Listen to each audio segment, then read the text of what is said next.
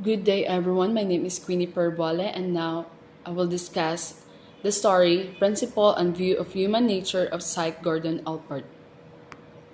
Story of Gordon Allport. Gordon Allport was a 20th century psychologist who studied personality and personality traits. Born in Indiana in 1897, Gordon Allport was one of the four children. His family moved to Cleveland, Ohio when Allport was 6 years old, and he was raised in the same home out of which his father practiced medicine. The less than adequate hospital facilities in Cleveland required that Allport's father allow doctors, nurses, and patients to reside in the home with the family.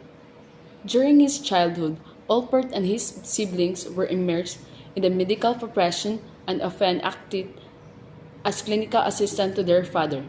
Allport later acknowledged that this experience became an integral part of his early education. Allport's mother was an educator, and she instilled in all of her children the importance of education and strong work ethics. Allport was a shy child and was often ridiculed for his physical impairment of having been born with only 8 toes. During his high school years, Allport founded a printing business and held the position of editor for his high school paper. He graduated from Glenville High School and secured a full scholarship to Harvard, following in his brother's footsteps. Allport diverged from his brother's pursuit of psychology, earning a bachelor's degree in economics and philosophy instead.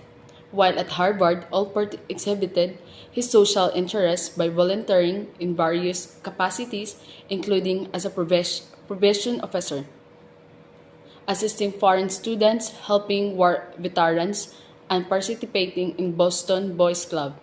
As Allport continued his education at Harvard, he eventually turned to psychology and went on to earn his PhD.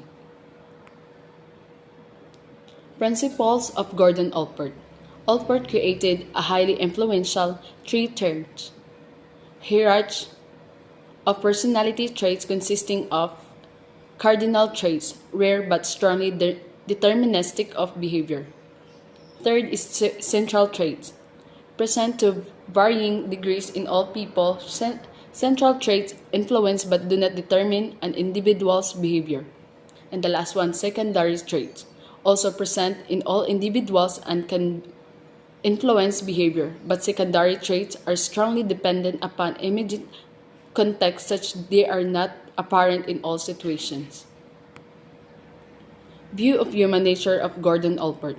Allport's theory of dual causality expresses the idea that the human is a biospiritual being, subject to both external and interior influences. The core of freedom for Allport is the possibility of choices, of selection from some elements in culture and in society. Allport had a basically optimistic and hopeful view of human nature. He rejected the psychoanalytic and behavioral views of humanity as being too deterministic and too mechanistic. He believed that our fates and our traits are not determined by Gordon's structures of personality. Allport states that the personality of person is the single most unique thing about a person. One of his early projects was to go through the dictionary and locate every term that he thought could describe a person. From this, he developed a list of 4,500 trait-like words. He contributed to the formation of value scales. He rejected both a psychoanalytic approach to personality, which he thought often was too deeply interpretive, and a behavioral approach, which he thought did not provide deep enough interpretations from their data.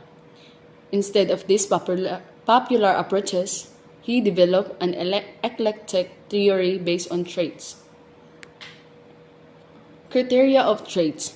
In 1936, psychologist Gordon Allport found that one English language dictionary contained more than 4,000 words.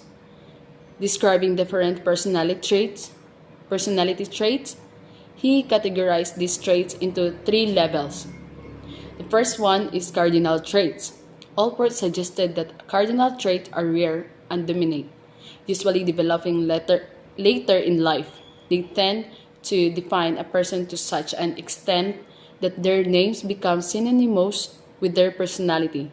Examples of this include the following descriptive terms: Machiavellian, narcissistic, Don Juan, and Christ-like. The second one is central traits. These general characteristics from basic personality foundation, while central traits are not as dominating as cardinal traits. They describe the major characteristic you might use to describe another person. Terms such as intelligent, honest, shy, and anxious are considered central traits. And the last one is the secondary traits.